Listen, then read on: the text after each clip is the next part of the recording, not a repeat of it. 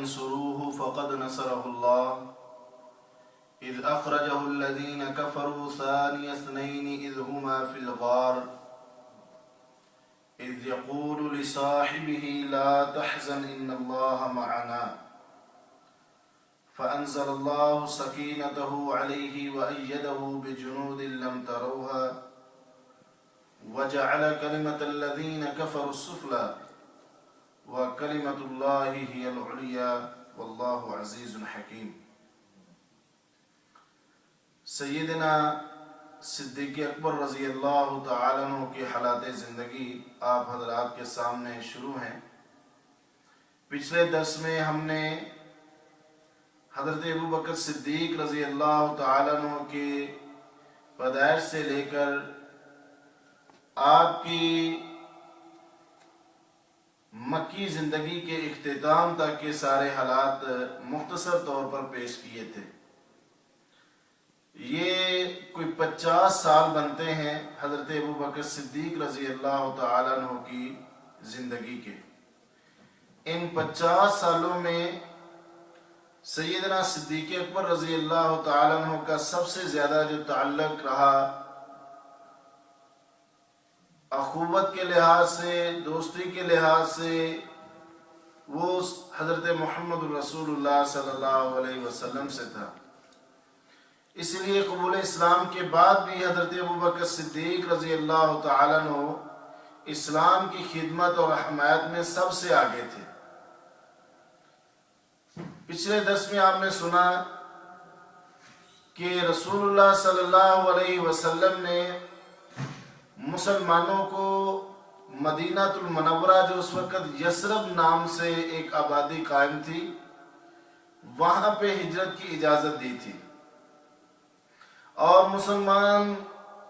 جو بھی تھے امیر یا غریب سارے مسلمان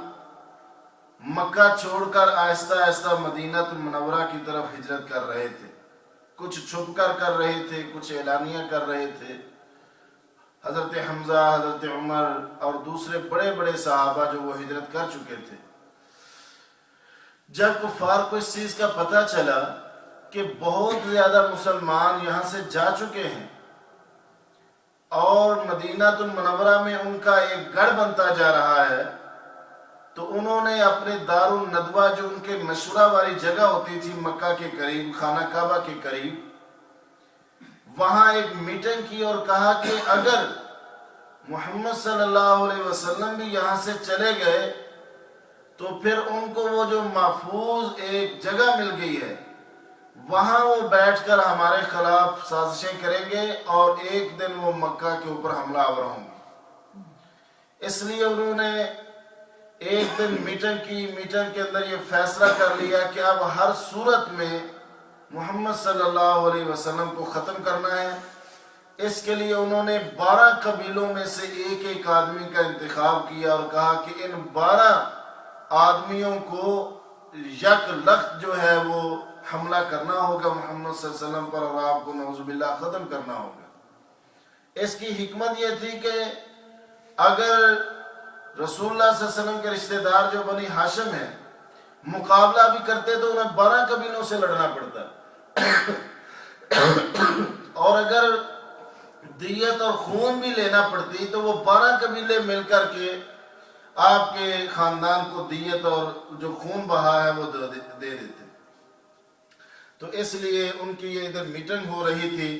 اور ادھر حضرت ابوبکر صدیق رضی اللہ تعالیٰ عنہ اپنا واقعہ خود بیان کرتے ہیں۔ کہتے ہیں کہ ہجرت کی رات سے چند دن قبل رسول اللہ صلی اللہ علیہ وسلم ہمارے گھر میں تشریف لائے، اور ایسے وقت میں تشریف لائے جب کبھی آپ آیا نہیں کرتے تھے، اور انہوں نے آ کے یہاں کہا کہ ابوبکر میں ایک انتہائی راز کی بات کرنے لگا ہوں، کوئی تمہارے پاس اور موجود تو نہیں؟ حضرت ابوبکر کہنے لگے کہ نہیں، یہ عائشہ ہے، یہ اسماء ہے، یہ دونوں میری بیٹیاں ہیں، آپ ان کے بارے میں مطمئن رہیے، یہ بھی مسلمان ہیں، آپ کی راز کی بات راز رہے گی، اس لیے کسی قسم کی کوئی پریشانی نہیں۔ تو انہوں نے فرمایا کہ ابوبکر مجھے اللہ کی طرف سے ہجرت کی اجازت مل گئی ہے، اور یہ بھی ساتھ کہ ابوبکر آپ اس سفر ہجرت میں میرے ساتھ ہوگے۔ حضرت ابو بکر صدیق کہتے ہیں کہ میں بڑا خوش تھا، اور میں نے اس خوشی کے لیے پھر انتظام یہ کیا کہ اس رات، ہجرت کی رات سے پہلے میں نے ایک آدمی کا انتخاب کیا جس کا نام عبداللہ بن عریقت تھا، اور یہ راستوں کا ماہر تھا، انہیں عرب کے تقریباً سارے رستوں کا علم تھا، دور نزدیک ہر قسم کے۔ تو میں نے اس کو بطور گائیڈ کے میں نے اس کو ساتھ ایک طے کیا کہ اتنا ہم تجھے پیسہ دیں گے اور ہمیں کسی طریقے سے تو نے مدینہ المنورہ میں پہنچانا ہے۔ اس نے حامی بھر لی۔ پھر حضرت ابوبکر صدیق نے 2 اونٹنیاں خریدی اور دونوں اونٹنیوں کو اچھی طرح ایک اپنے غلام عامر بن فہرہ کے سپرد کیا، اور اسے کہا کہ اسے دور لے جا کر کے کہیں چرایا کر، اور اس کو فلاں دن فلاں جگہ پہ پہنچنا ہے لے کے۔ اسے ساری پلاننگ کو سمجھا دی۔ اپنے بیٹے عبداللہ کی یہ ذمہ داری لگائی کہ اگر ہم یہاں سے نکل جائیں گے تو نے مکہ میں رہنا ہے، اور سارا دن مکہ کے اندر جو بھی مکہ والے میٹنگیں کریں گے، ہمیں شام کو فلاں جگہ پہ ہم چھپے ہوں گے، وہاں پہ آ کے نے بتانا ہے۔ اور اپنی بیٹیوں کی یہ ذمہ داری لگا دی۔ اسما جو بڑی بیٹی تھی، انہیں یہ کہا تھا کہ نے کھانا پہنچانا ہے ہمیں، ہم جتنے دن وہاں پہ رہیں گے۔ تو گویا کہ پورا گھر حضرت ابوبکر صدیق رضی اللہ تعالیٰ عنہ کا رسول اللہ صلی اللہ علیہ وسلم کی ہجرت کے سفر میں ممد اور معاون تھا۔ اسی طرح ہجرت کی رات رسول اللہ صلی اللہ علیہ وسلم نکلے، کفار نے چاروں طرف سے گھیرا ہوا ہے، اور اللہ کے نبی صلی اللہ علیہ وسلم تھوڑی سی مٹی کو پکڑ کر کے اسے ہوا میں بکھیر کر شاہت الوجوہ ان کی طرف پھینکتے ہیں، اور باوجود کہ انہوں نے بڑی اچھی طرح سے رسول اللہ صلی اللہ علیہ وسلم کے گھر کا محاصرہ کیا ہوا ہے، وہ آپ ان کی آنکھوں سے نکل آئے اور انہیں پتہ بھی نہ چلا۔ حضرت علی رضی اللہ تعالیٰ عنہ رسول اللہ صلی اللہ علیہ وسلم کے اس بستر پہ رات سوئے، اور رسول اللہ صلی اللہ علیہ وسلم حضرت ابی بکر کے گھر گئے۔ وہاں سے اللہ کے نبی صلی اللہ علیہ وسلم، ایک سور نامی پہاڑ ہے، وہاں ایک بلند جگہ پہ غار تھا، اس کی طرف چل پڑے۔ اور حکمت یہ تھی کہ انہیں کفار کو تو یہ یقین تھا کہ اگر اللہ کے نبی یہاں سے نکلے تو مدینہ میں جائیں گے، مدینہ المنورہ میں، اور غار سور جو ہے یہ اس راستے سے ہٹ کر بالکل دوسری طرف تھا، اور جہاں کسی کو گمان بھی نہیں تھا کہ یہاں پہ بھی مدینہ میں جانے والا مسافر یہاں کی طرف سے جائے گا۔ آپ الٹ سمت میں چلے اور پہاڑی کو اوپر چڑھ کے ایک غار آیا، اس کی صفائی کی۔ حضرت ابوبکر صدیق رضی اللہ تعالیٰ نے وہاں پہ ٹھہرے اور 3 راتیں وہاں پہ قیام کیا۔ 3 رات کے اندر کفار ہر طرف سے تلاش کے اندر ہیں، کبھی کدھر، کبھی مدینہ کے جو راستے ہیں ان کی پیرا دیا جا رہا ہے، کبھی کسی طرح گھوڑے دوڑائے جا رہے ہیں، اور اعلان کر دیا کہ جو بھی زندہ یا مردہ ان دونوں میں سے کسی ایک کا پتہ کرے گا، ابو بکر کا یا محمد صلی اللہ علیہ وسلم کا، اسے 100 اونٹ دیے جائیں گے۔ یہ 100 اونٹوں کا لالچ دے کر اعلان عام کر دیا، اور حضرت ابوبکر صدیق کی جو پلاننگ تھی وہ مکمل طور پر رازدارانہ طریقے سے کامیاب جا رہی تھی۔ سارا دن حضرت ابوبکر کا جو غلام عامر بن فہرہ ہے وہ اب بکریاں وغیرہ چراتا اور اونٹنیاں چراتا، اور شام کے وقت وہ دودھ وغیرہ لا کے رسول اللہ صلی اللہ علیہ وسلم اور حضرت ابوبکر کو پلا دیتا۔ کسی کو شک بھی نہیں ہوتا کہ یہ غلام جو ہے اونٹ بکریاں چرا رہا ہے یا باقاعدہ کسی پلاننگ کا حصہ ہے۔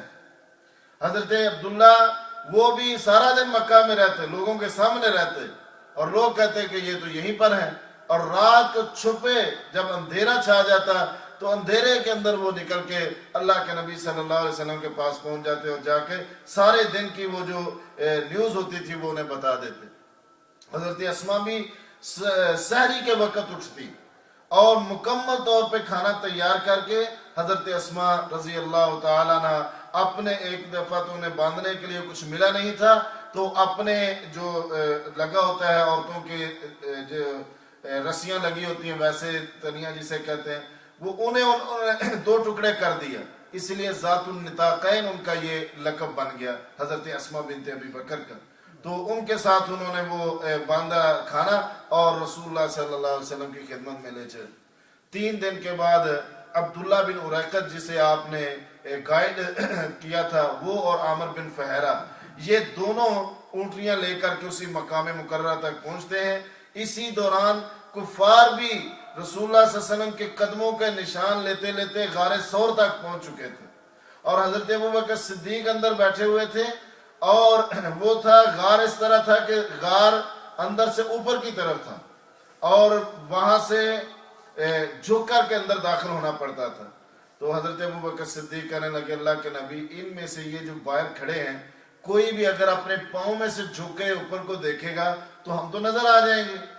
تو اس وقت اللہ کے نبی فرمانے لگے اپنے ساتھی کو کہ لا تحزن ان اللہ معنا، ابو بکر تجھے غم کرنے کی ضرورت نہیں، اللہ ہمارے ساتھ ہے۔ تو اس کو پھر اللہ تعالیٰ نے قرآن کی سورہ توبہ کے اندر نقل کیا کہ جب وہ غار کے اندر تھے اور ایک پریشان تھا تو دوسرا ساتھی اپنے صحابی کو یہ تسلی دے رہا تھا۔ حضرت ابوبکر صدیق رضی اللہ تعالیٰ عنہ تیسرے دن وہاں سے نکلتے ہیں،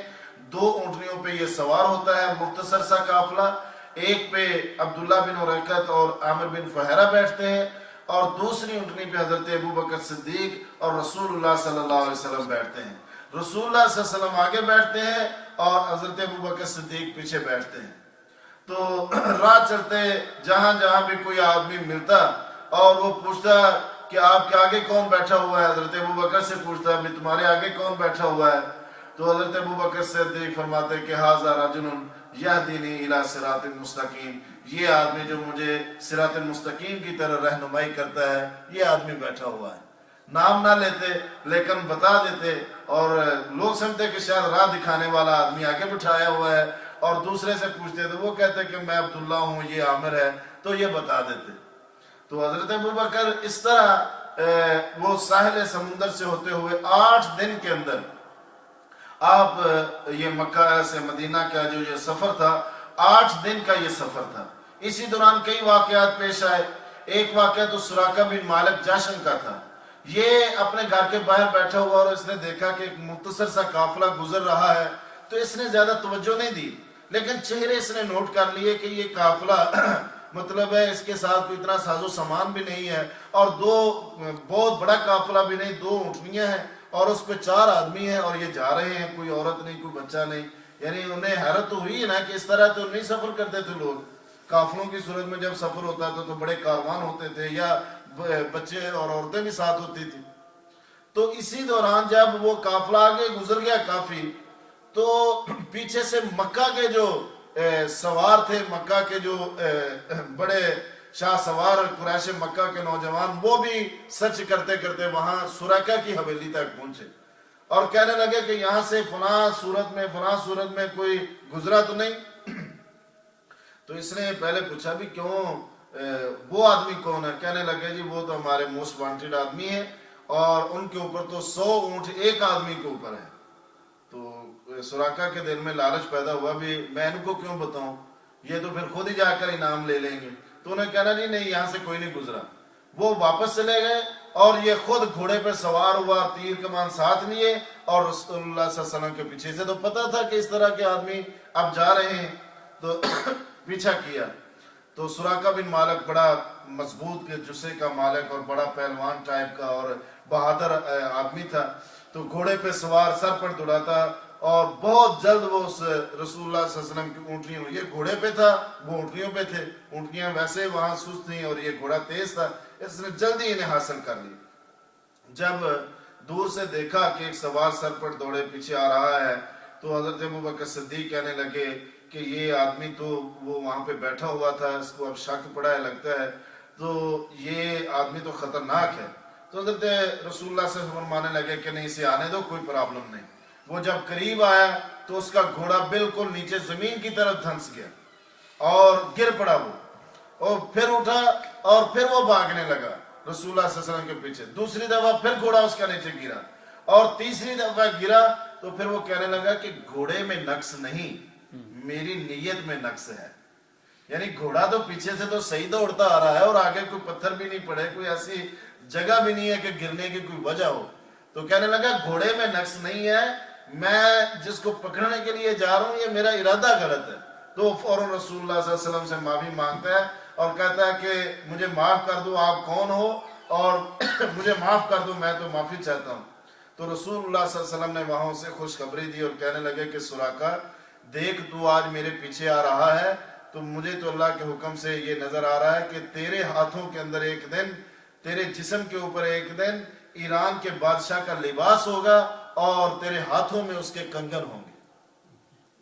تو وہ آدمی سراقہ کہنے لگا کہ اللہ کے نبی مجھے یہ امان لکھ دیجئے کہ میں نے جو گستاخی کی، آپ کا پیچھا کیا ہے، مجھے معافی نامہ لکھ دو۔ اللہ کے نبی صلی اللہ علیہ وسلم نے وہاں اسے لکھوایا، معافی نامہ لکھا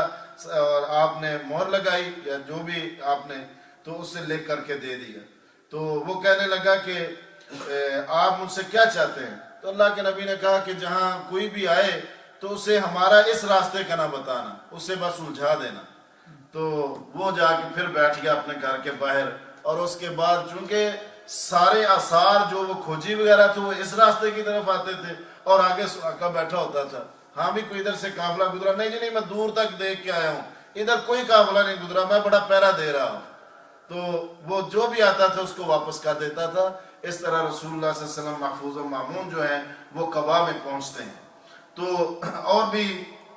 یہاں پہ حضرت زبیر بھی رستے میں ملے، انہوں نے بڑے اچھے، وہ شام کی طرف سے آ رہے تھے، تو ان کے پاس بڑے اچھے نئے نئے کپڑے تھے، وہ جو شام سے خرید و فروخت اور مال تجارت بیچ کے آ رہے تھے۔ تو انہوں نے دونوں شاندار سوٹ، ایک رسول اللہ صلی اللہ علیہ وسلم کو دیا اور ایک حضرت ابوبکر صدیق کو دیا۔ اور ادھر اہل مدینہ کا یہ تھا کہ انہیں پتہ چل چکا تھا کہ مکہ سے اللہ کے نبی نکل چکے ہیں، تو یہ روزانہ صبح آ کے مدینہ سے باہر بستی قباء میں جو مکہ کی طرف آنے والے راستے تھے وہاں پہ بیٹھ جاتے اور شام تک بیٹھے رہتے۔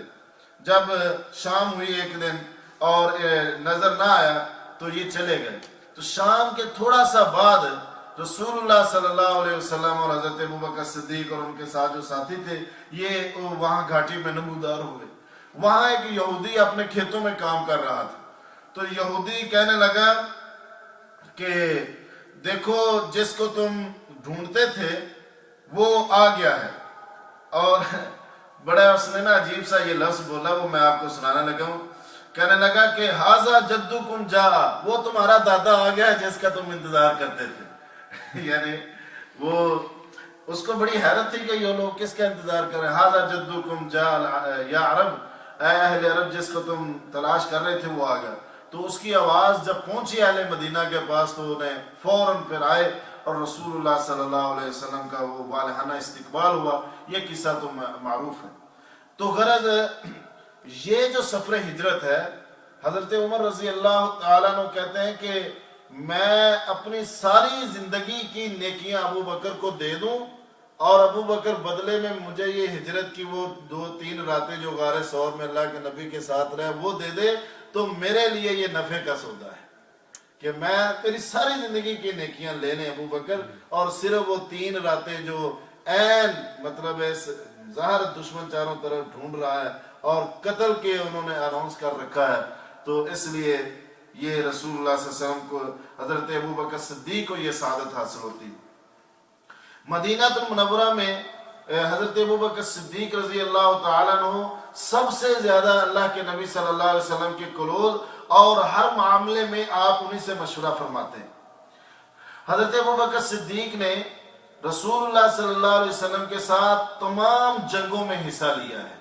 غزوہ بدر سے لے کر، یعنی آپ نے 27 غزوے رسول اللہ صلی اللہ علیہ وسلم بنفس نفیس آپ تشریف لے گئے تھے، چھوٹی بڑی جنگیں ملا کر۔ ان 27 جنگوں میں رسول اللہ صلی اللہ علیہ وسلم کے جو ساتھی تھے بالکل کلوز، وہ حضرت ابو بکر صدیق رضی اللہ تعالیٰ عنہ تھے۔ اور اسی طرح آپ کو ہر جنگ کے اندر جو بھی اس جنگ والوں کے لیے خوشخبریاں ملی، اہل بدر کے لیے مغفرت کی خوشخبری ہے، یا بیعت رضوان والوں کے لیے، صلح حدیبیہ والوں کے لیے جنت کی خوشخبری ہے، یا اور جنگوں میں شریک ہونے والوں کے لیے، وہ تمام خوشخبریوں میں جنت کی ان بشارتوں میں حضرت ابوبکر صدیق رضی اللہ تعالیٰ عنہ موجود ہیں۔ اور سب سے زیادہ جو حضرت ابوبکر صدیق رضی اللہ تعالیٰ عنہ کا جو تعاون تھا مدینہ میں آ کے بھی رہا، وہ غزوہ تبوک کے موقع پہ بھی سامنے آیا۔ غزوہ تبوک یہ شامیوں کے خلاف تھا، اور باقاعدہ فوج تھی ان کی اہل شام کی، یعنی رومی یہاں پہ حکمران تھے، تو ان کے خلاف یہ مارکا تھا۔ حضرت رسول اللہ صلی اللہ علیہ وسلم نے اعلان کر دیا کہ ہم نے جانا ہے، 1 مہینے کا یہ سفر ہے، اور تمام آدمی نکلیں اور جتنا جو اس سے تعاون ہو سکتا ہے وہ کریں۔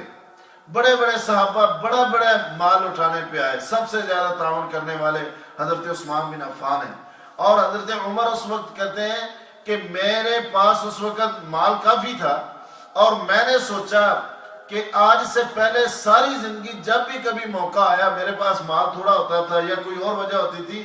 ہر موقع پہ ابو بکر صدیق آگے بڑھتے ہیں، تو آج تو میں ابو بکر صدیق سے آگے نمبر لے جاؤں گا۔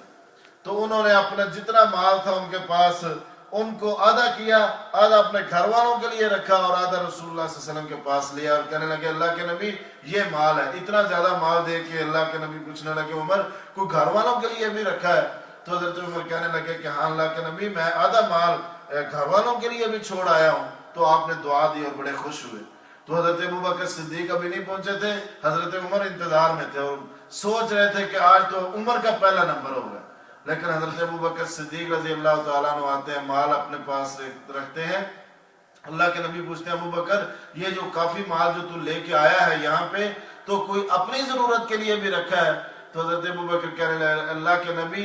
جو بھی کار آمد چیز تھی ابو بکر کے گھر میں، آج ابو بکر وہ ساری چیزیں لے آیا ہے، گھر میں اللہ اور اس کے رسول کی محبت کو چھوڑ آیا ہے۔ تو حضرت عمر کہنے لگے کہ اے عمر تو کبھی بھی ابو بکر کے آگے نہیں بڑھ سکتا، ابو بکر ہمیشہ نمبر 1 ہی رہیں گے، اور انہیں نمبر 1 اللہ نے بنایا ہے۔ تو اس لیے یہ تھا۔ اب رسول اللہ صلی اللہ علیہ وسلم نے 8 ہجری میں جب مکہ فتح ہوتا ہے، 9 ہجری میں حضرت ابوبکر صدیق کو ایک باقاعدہ بہت بڑا جو منصب تھا وہ تفویض کیا، اور وہ یہ تھا کہ پہلا حج جو ہوا ہے وہ 9 ہجری کو ہوا ہے۔ 10 ہجری کو رسول اللہ صلی اللہ علیہ وسلم نے کیا، لیکن 9 ہجری کا جو حج تھا وہ حضرت ابوبکر صدیق کو آپ نے امام بنا کے بھیجا اس حج کا، اور کہا کہ تم نے اس طرح حج کرنا ہے اور امام خطبہ وہاں پہ آپ نے دینا ہے۔ تو گویا کہ اسلام کا جو پہلا حج تھا وہ حضرت ابوبکر صدیق رضی اللہ تعالیٰ عنہ کی امامت میں ہوا تھا، اور رسول اللہ صلی اللہ علیہ وسلم نے بھیجا، اور اس سفر حج میں حضرت علی کو بھی پیچھے بھیج دیا تھا کہ لوگ یہ نہ کہیں کہ علی کو اپنے پاس رکھا اور یہ زیادہ خلافت کے حقدار تھے۔ حضرت علی کو بھی پیچھے بھیج دیا، حضرت ابوبکر کو بھی بھیج دیا۔ حضرت ابوبکر اس وقت انہوں نے پھر اپنی امامت میں وہ حج کروایا رسول اللہ صلی اللہ علیہ وسلم کی تعلیمات کے مطابق، اور اگلے سال پھر حج کیا۔ تو حضرت ابوبکر ساتھ تھے جب رسول اللہ صلی اللہ علیہ وسلم نے حج کیا۔ حج کے بعد اللہ کے نبی بیمار ہوتے ہیں، تو اس بیماری کے عالم میں حضرت ابوبکر صدیق رضی اللہ تعالیٰ عنہ کو یہ حکم ہوتا ہے کہ وہ آ کر کے نماز پڑھائیں۔ تو رسول اللہ صلی اللہ علیہ وسلم نے حضرت عائشہ نے بھی منع کیا کہ اللہ کے نبی حضرت عمر کو کہو، اور دوسروں نے بھی۔ تو رسول اللہ صلی اللہ علیہ وسلم نے سختی سے کہا کہ مرو ابا بکری کہ ابو بکر کو حکم دو فل یصلی بالناس کے لوگوں کی نماز پڑھائیں۔ حضرت ابو بکر صدیق رضی اللہ تعالیٰ عنہ رسول اللہ صلی اللہ علیہ وسلم کی زندگی تک جتنے بھی باقی دن بچے تھے آپ نے ہی مصلی نبوی پر امامت فرمائی، اور آپ صلی اللہ علیہ وسلم نے ایک دن مرض الموت کے اندر ہی آپ مسجد میں تشریف لائے اور فرمانے لگے کہ ان اللہ خیر عبدا بین الدنیا و بین ما عندہ، لوگوں اللہ نے ایک بندے کو یہ اختیار دیا ہے کہ دنیا کے اندر ساری نعمتیں وہ لے لے یا پھر وہ اللہ کے پاس آ جائے۔ یعنی اختیار یہ دیا گیا ہے کہ اے آدمی تجھے قیامت تک کی زندگی عطا ہوگی، قیامت تک بغیر بیماری کے صحت والی زندگی، اور ہر قسم کا مال تجھے عطا ہوگا، اور پھر قیامت کے دن اس کے بعد جب اللہ کے پاس آؤ گے پھر بھی وہ ساری نعمتیں تجھے ملیں گی جو جس کا وعدہ ہے، یا پھر ابھی اگر تو اللہ کے پاس آ کر ان نعمتوں کو لینا چاہتے ہو تو ابھی لے لو۔ تو آپ نے فرمایا کہ اس بندے نے اللہ کے پاس جو نعمتیں ان کو پسند کر لیا، دنیا کی اس چیز کو چھوڑ دیا۔ تو حضرت ابوبکر صدیق بیٹھے ہوئے تو یہ رونے لگ گئے۔ تو صحابہ کہنے لگے کہ اللہ کے نبی تو کسی عام آدمی کی بات بتا رہے ہیں اور ابوبکر صدیق رو رہے ہیں۔ تو بعد میں حضرت عبداللہ بن عباس کہتے ہیں کہ نہیں، اللہ کے نبی وہ جس آدمی کا بیان کر رہے تھے وہ خود ان کی اپنی ذات تھی، اپنا بتا رہے تھے۔ تو ابو بکر جان گئے کہ اللہ کے نبی نے اب ہم سے جدا ہونے والے ہیں۔ تو حضرت ابو بکر جب رو رہے تھے تو اللہ کے نبی فرمانے لگے ان من امن الناس علی فی صحبته ومالہ ابا بکر ولو کنت متخذا خلیلا غیر ربی لاتخذت ابا بکر۔ لوگوں، تمام انسانوں میں سب سے زیادہ مجھ پہ احسان کرنے والا، اپنے ساتھ اور اپنے مال کے ذریعے اگر سب سے زیادہ کسی نے میرے اوپر احسان کیا ہے تو وہ ابو بکر صدیق رضی اللہ تعالیٰ عنہ۔ اور کہنے لگے کہ اگر میں کسی کو خلیل بناتا تو وہ ابو بکر کو بناتا، لیکن میں نے تو اللہ کو اپنا خلیل چن لیا ہے۔ ابو بکر میرا سب سے بڑا بھائی ہے، سب سے بہترین بھائی ہے۔ اور اسی طرح پھر حضرت ابو بکر صدیق جو ہیں، رسول اللہ صلی اللہ علیہ وسلم کی جب وفات ہوئی تو اس وقت بھی سب سے زیادہ جو حوصلے میں اور تسلی کے اندر تھے وہ سیدنا ابو بکر صدیق رضی اللہ تعالیٰ عنہ۔ صحابہ کرام بڑے پریشان تھے، تو اس وقت بھی اگر کام آیا حضرت ابو بکر صدیق ہے۔ امت اس وقت مدینہ کے اندر جو صحابہ تھے ان کا عقیدہ خراب ہو رہا تھا۔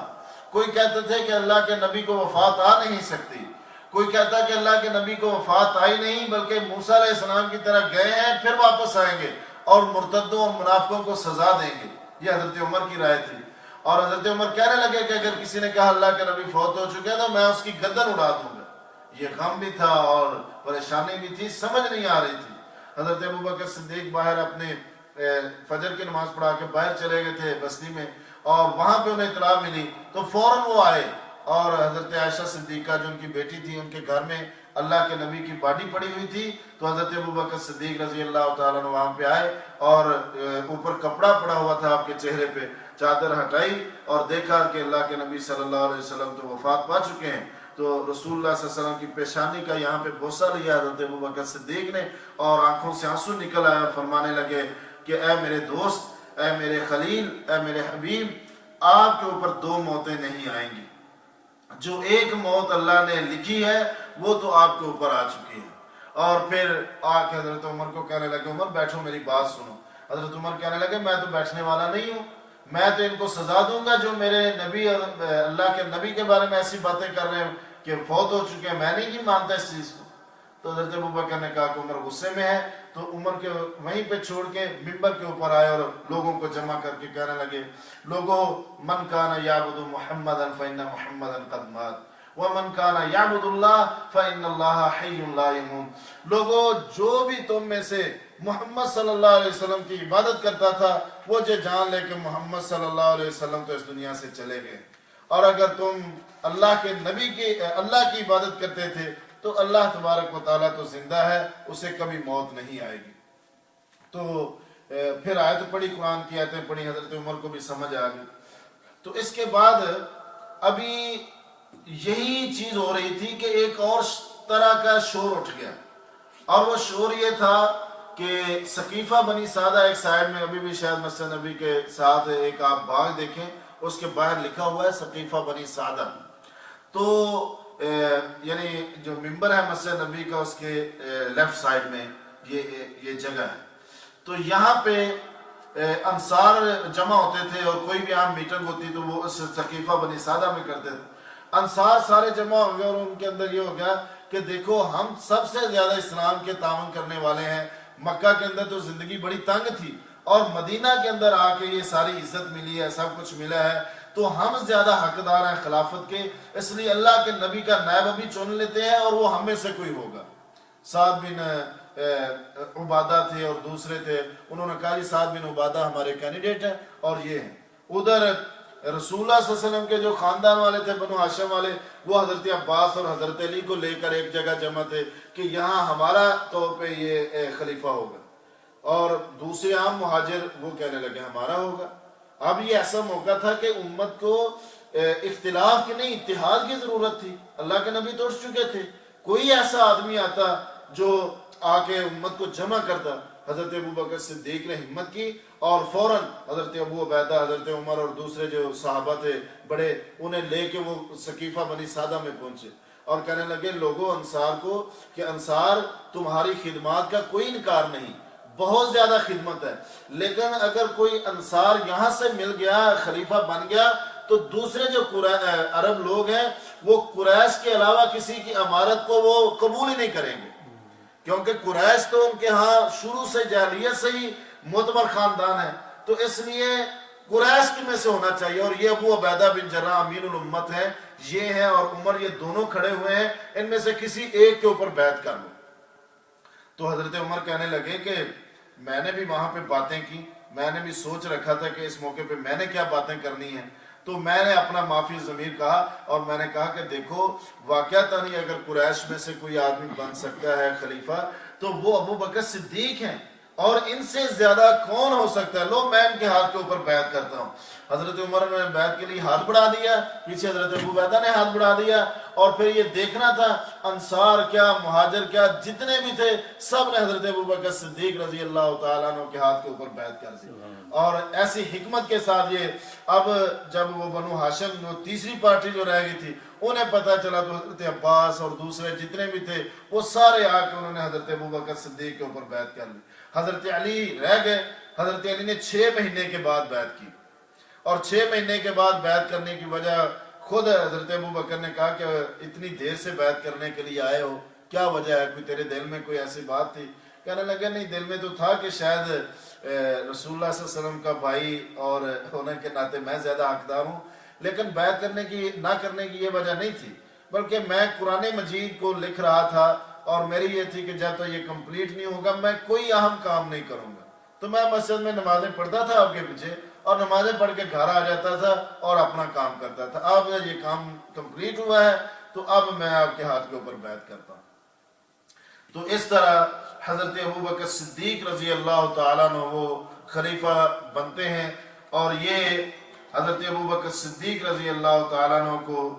جو خلافت ملی یہ 11 ہجری کو ربیع الاول جب رسول اللہ صلی اللہ علیہ وسلم کا انتقال ہوا، اگر 9 ربیع الاول کو انتقال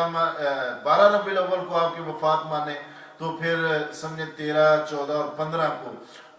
15 تاریخ کو بیعت ہوتی ہے، اور وہاں سے آپ کی خلافت شروع ہوتی ہے۔ 2.5 سال حضرت ابو بکر پوری امت کے خلیفہ رہتے ہیں۔ ان 2.5 سالوں میں جو سب سے زیادہ چیلنج تھے، کچھ اندرونی چیلنج تھے، کچھ بیرونی تھے، اور امام فرمایا کرتے ہیں غالباً علامہ ابن حجر نے لکھا ہے کہ 2 لوگوں کا احسان اس امت کے اوپر ہے، اگر ابو بکر صدیق اپنے عہد میں اور امام احمد بن حنبل اپنے عہد میں یہ سٹینڈ نہ لیتے اپنے موقع پہ تو امت عقیدتاً گمراہ ہو جاتی۔ حضرت ابو بکر صدیق رضی اللہ تعالیٰ عنہ نے اس موقع پہ جو کردار ادا کیا وہ واقعتاً ہی ابو بکر کے لائق تھا، اس لیے کہ وہ پہلے نمبر پہ تھے۔ کچھ اندرونی چیلنج ہیں، ان کی تفصیل تو میں نہیں بیان کر سکتا، لیکن آپ کو بتا دیتا ہوں۔ رسول اللہ صلی اللہ علیہ وسلم کی وفات کے بعد جہاں جہاں تقریباً 10 لاکھ مربع میل کے اوپر مسلمانوں کی حکومت تھی، یعنی اتنی بڑی حکومت قائم ہو چکی تھی اللہ کے نبی کی، اور اس 10 لاکھ مربع میل پہ جو اندرونی طور پہ چیلنج آئے ان کے نائب اور خلیفہ حضرت ابو بکر کو، وہ پہلا چیلنج تو یہ تھا کہ کئی قبائل جو ہیں وہ مرتد ہو چکے تھے۔ انہوں نے کہا جی نئے نئے مسلمان ہوئے تھے، اور انہوں نے کہا کہ یہ تو فوت بھی ہو گئے اللہ کے نبی، اور رسول ہو کے فوت کیسے ہو سکتے ہیں، اور یہ کیا ہوگا؟ تو انہوں نے اسلام سے برات کا اعلان کر دیا اور کہا کہ ہم اپنے باپ دادا کے دین کی طرف واپس جاتے ہیں۔ یہ بھی بڑا فتنہ تھا، اور ایک اور بڑا فتنہ اٹھا کہ لوگوں نے، کئی آدمیوں کے ذہن کے اندر یہ خناس آیا کہ جب نبوت ملنے سے پورے عرب کی قیادت مل سکتی ہے تو ہم خود ہی نبوت کا اعلان کیوں نہیں کر دیں؟ تو 4 بڑے مدعی نبوت وہ کھڑے ہو گئے۔ سب سے بڑا تو وہ تھا مسیلمہ کذاب، اور ایک اسود عنسی، ایک طلحہ، اور ایک عورت تھی سجا نامی۔ تو یہ سارے کھڑے ہو گئے اپنے اپنے علاقوں میں، اور ان کے ماننے والے بھی ان کے ساتھ شامل ہو گئے۔ تو ان کی بڑی فوج تھی، ان میں سب سے جو خطرناک تھا وہ مسیلمہ تھا۔ اس کے پاس جو نفری بہت زیادہ تھی، اس کا قبیلہ بڑا تھا، اور سارے قبیلے نے اس کو متفقہ طور پہ اپنا نبی منتخب کر لیا، بنا لیا تھا۔ یہ چیلنج بھی حضرت ابو بکر کو تھا۔ ایک تیسرا چیلنج نکلا کہ حضرت ابو بکر صدیق، ظاہر ہے کوئی بھی جو حکومت چلتی ہے وہ سرمایہ سے، پیسے سے چلتی ہے، تو جب بھی وہ انہوں نے قبیلوں کی طرف بھیجا، کئی قبیلوں کی طرف آدمیوں کو زکوٰۃ کلیکٹ کرنے کے لیے، تو انہوں نے زکوٰۃ دینے سے انکار کر دیا، تو یہ منکرین زکوٰۃ تھے۔ تو ایک چیلنج یہ تھا، اور چوتھا جو بڑا چیلنج تھا وہ اللہ کے نبی کی زندگی میں ہی موجود تھا، اسی لیے آپ نے اپنے آخری عمر میں ایک لشکر ترتیب دیا تھا حضرت اسامہ بن زید کی قیادت میں، اور وہ شام کے خلاف تھا۔ غسان جو عرب تھے وہاں پہ، اور شامی حکومت جو تھی وہاں پہ، ان کی مدد سے ایک بڑا لشکر، 1,00,000 کا لشکر لیے وہاں پہ بادشاہ جو تھا روم کا، وہ مدینہ کے اوپر حملہ آور ہونے کی سوچ رہا تھا۔ تو یہ بڑے چیلنج تھے، اور ادھر حضرت ابو بکر صدیق تھے۔ حضرت ابو بکر صدیق رضی اللہ تعالیٰ عنہ خلیفہ بننے کے فوراً بعد جو ہیں ان تمام چیلنج سے کس طرح نمبر آزما ہوتے ہیں، وہ حضرت ابو بکر صدیق رضی اللہ تعالیٰ عنہ کے شان شان ہے۔ سب سے پہلے تو انہوں نے یہ حکم دیا کہ اللہ کے نبی نے جو لشکر ترتیب دیا تھا اسامہ بن زید کی قیادت میں، وہ جتنے آدمی تھے وہ سارے کے سارے اس لشکر میں آ جائیں اور فوراً شام کی طرف نکل جائیں۔ اب یہ بھی بڑی بات تھی، ظاہری لوگ حضرت عمر بھی نہیں سمجھ سکے۔ حضرت عمر اور سارے آئے کہ فوج سے مدینہ خالی ہو جائے گا، تو یہاں جو پہلے اتنے بڑے ہیں منکرین زکوٰۃ اور مرتد قبائل اور جھوٹے نبی، وہ تو سارے سمجھیں گے کہ مدینے میں فوج نہیں ہے تو فوراً حملہ کریں گے۔ حضرت ابو بکر نے کہا کہ دیکھو، اللہ کے نبی نے جس لشکر کی روانگی کا حکم دیا ہے، ابو بکر کو یہ چیز پسند ہے کہ باہر جنگل سے درندے بھیڑیے آئیں اور ابو بکر کی ہڈیاں وہ نوچ ڈالیں، لیکن ابو بکر کو یہ پسند نہیں کہ اللہ کے نبی نے جو حکم دیا ہے میں اس کو روک دوں، میں نہیں روک سکتا، لشکر تو جائے گا۔ تو یہ ایک بڑا جرت والا فیصلہ تھا۔ لشکر روانہ ہوا، اور بجائے اس کے کہ لوگ حملے کی سوچتے، ان کے دل میں آئی کہ پتہ نہیں کتنا بڑا لشکر ہے مدینہ میں، کہ شام کے خلاف، روم کے خلاف لڑنے کے لیے بھی بھیج دیا ہے، پیچھے کتنا ہوگا، کہ روم کے خلاف لڑنے کے لیے بھیج دیا ابو بکر نے لشکر، تو پیچھے کتنا ہوگا۔ تو یہ یہاں پہ بھی ان کے لیے بن گئی ایک بہت بڑی۔ تو حضرت اسامہ بن زید کا لشکر شام کی طرف جاتا ہے، اور جو مرتد قبائل تھے ان کی طرف بھی رسول حضرت ابو بکر صدیق بڑھا۔ اب یہاں پہ بھی اختلاف ہوا، لوگ کہنے لگے کہ وہ کلمہ تو پڑھتے ہیں نا، زکوٰۃ ہی نہیں دیتے، لا الہ الا اللہ تو کہتے ہیں۔ تو حضرت ابو بکر صدیق کہہ رہے ہیں کہ لا ادعو ان اقاتل علی امر اللہ حتی ینجز اللہ وعدہ، اور فرمایا کہ واللہ لاقاتلن من فرق بین الصلاة والزکاة فإن الزکاة حق المال واللہ لو منعونی اناقا كانوا يدونها الى رسول اللہ لقاتلتهم على منعها۔ اللہ حضرت ابو بکر فرمانے لگے کہ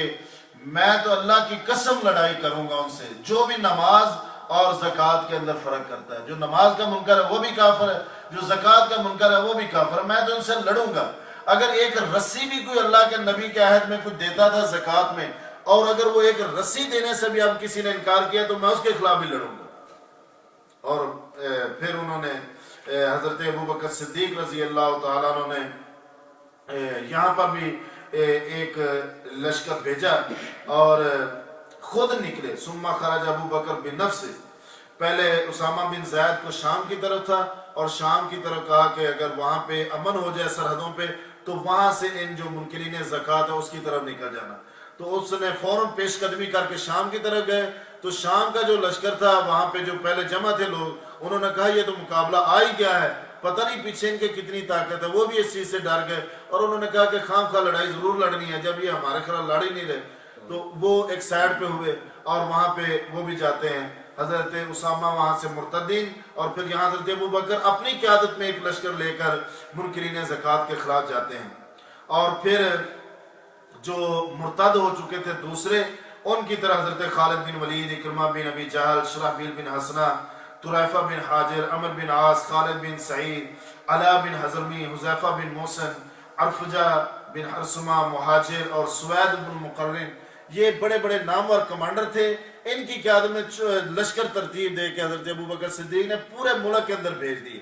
جہاں جہاں بغاوت تھی، شورش تھی، ان تمام کی طرف بھیج دی۔ اور سب کو لکھا کہ اگر یہ مرتد جو ہیں اسلام کی طرف آ جائیں گے تو ان کو چھوڑ دیا جائے گا، نہیں تو ان کے خلاف لڑائی ہوگی، اور اعلانیہ لڑائی ہوئی، پھر یمن کی طرف لڑائی ہوئی۔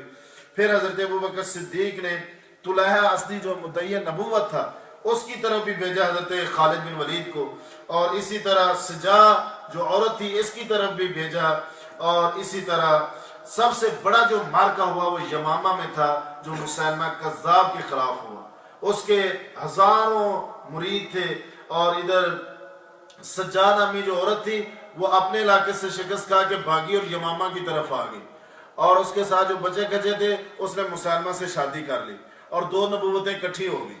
عورت اور مرد کی، یہ جھوٹے دونوں نبی کٹھے ہو گئے، اور انہوں نے کہا کہ ہم کٹھے، ہمیں وہی ہوئی ہے، تو انہوں نے آپس میں شادی کر لی،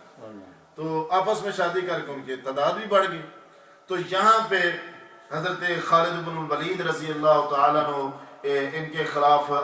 پیش قدمی کرتے ہیں، اکرمہ بن ابی جہل بھی تھے، اور بہت زیادہ مارکہ ہوا۔ اس مارکے کے اندر بہت زیادہ حفاظ کرام جو ہیں وہ شہید ہوئے یمامہ مارکے میں۔ تو اس کے بعد خیر یہ فتح ہوا یمامہ کی، تو حضرت ابوبکر صدیق رضی اللہ تعالیٰ عنہ نے اس فتح کے بعد محسوس کیا کہ جب حفاظ اسی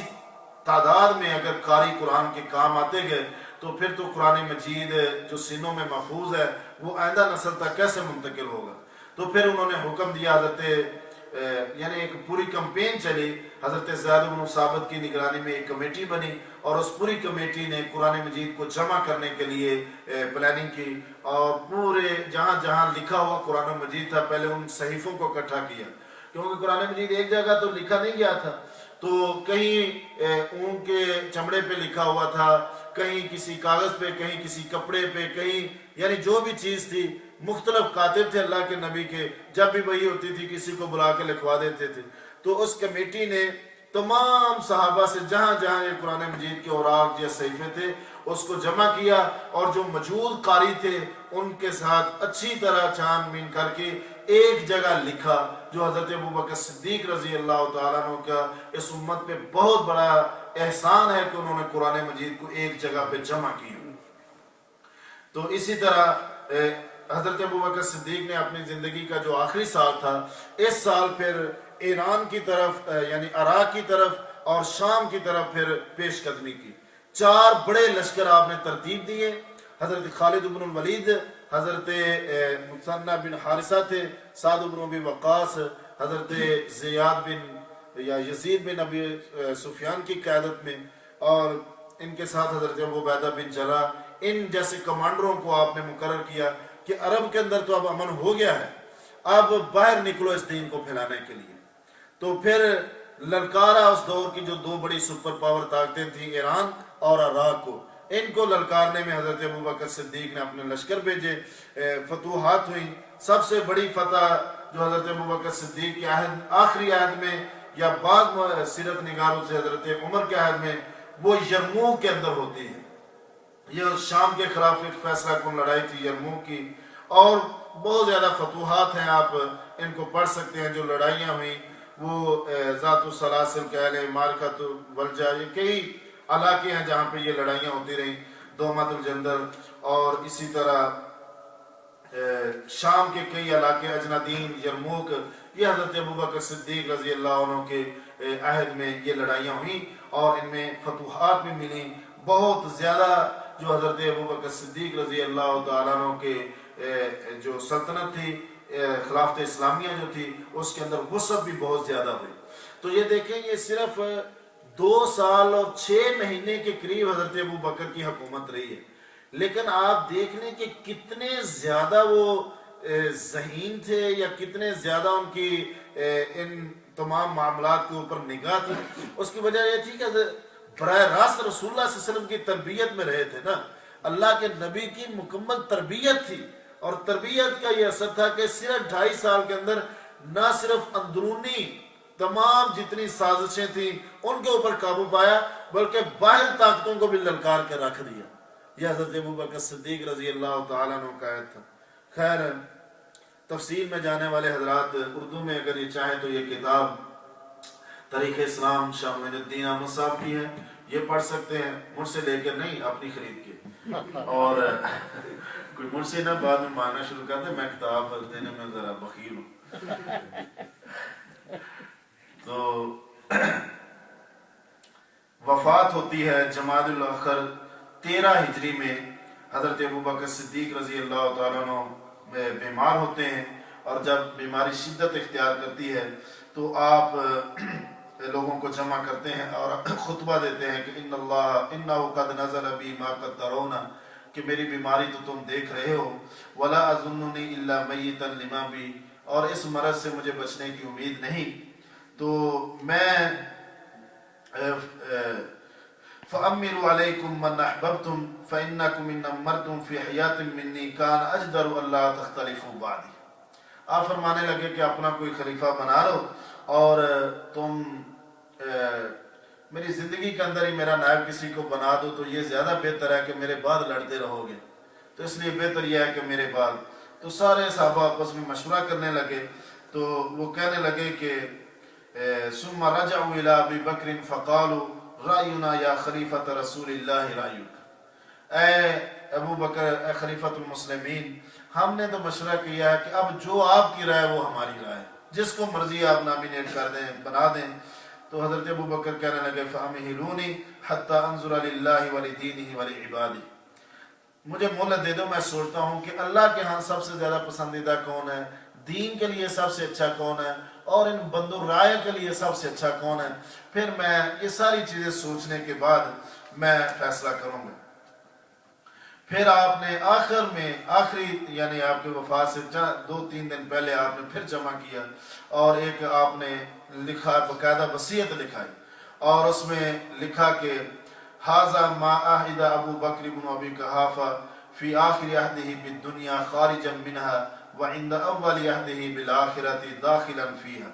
کہ یہ ابو بکر صدیق کا وہ آخری اگریمنٹ ہے جو اس دنیا سے جاتے وقت، کہ جب وہ اس دنیا سے بالکل جا رہا ہے اور آخرت میں بالکل داخل ہو رہا ہے، کہ حیث یؤمن الکافر ویوقن الفاجر، وہ ایسی گھڑی میں یہ بات لکھ رہا ہے کہ جب کافر بھی موت سامنے دے کر مومن ہو جاتا ہے، اور فاسق بھی اپنی باتیں، وہ جھوٹ غلط چیزیں چھوڑ دیتا ہے، لیکن میں ایسے موقع پہ میں آ کے سچے دل سے انی استخلفت علیکم بعدی عمر بن الخطاب، میں اپنے بعد عمر بن خطاب کو خلیفہ نامینیٹ کرتا ہوں، فاسمعوا له واطیعوا، تو اس کی بات کو سنو اور اطاعت کرو۔ تو ایک آدمی وہاں پہ کھڑا ہو گیا اور کہنے لگا کہ اے ابو بکر، اللہ کے پاس تو جا رہا ہے، تو اللہ کو کیا جواب دے گا کہ اتنا سخت دل آدمی تو بنا کے آ گیا ہے عمر کو۔ تو حضرت ابو بکر کہنے لگے کہ اللہ کو جو جواب دینا وہ تو میں نے سوچ رکھا ہے، اللہ کو میں کہوں گا کہ اللہ تیرے بندوں میں جو مجھے سب سے زیادہ تیرے دین کے لیے مخلص آدمی ملا عمر، میں نے اس کو نامینیٹ کر دیا ہے، اور باقی جو تو بندوں کے لیے اس کی سختی کی بات کرتا ہے، عمر اس لیے سخت ہے کہ میں نرم ہوں، اور میں جب چلا جاؤں گا اور ساری ذمہ داری عمر پہ آئے گی تو وہ بھی نرم ہو جائے گا، اس لیے اس کی سختی سے گھبرانے کی ضرورت نہیں۔ حضرت ابو بکر صدیق رضی اللہ تعالیٰ نے اس دنیا سے تشریف لے جاتے ہیں، اور 15 مہینے مدت 15 یوم، یہ 15 دن حضرت ابو بکر صدیق بیمار رہے، اور سوموار کے دن ہی حضرت ابو بکر صدیق جو ہیں 22 جمادی الاخر کو وہ اس دنیا سے 13 ہجری کو تشریف لے جاتے ہیں۔ حضرت سیدہ عائشہ فرماتی ہیں کہ دن بھی حضرت ابو بکر کا سوموار کا وہی تھا جب رسول اللہ صلی اللہ علیہ وسلم فوت ہوئے، تو میرے ابا جی ابو بکر صدیق بھی سوموار کے دن ہی فوت ہوئے، اور اللہ کے نبی بھی میرے حجرے میں دفن ہوئے۔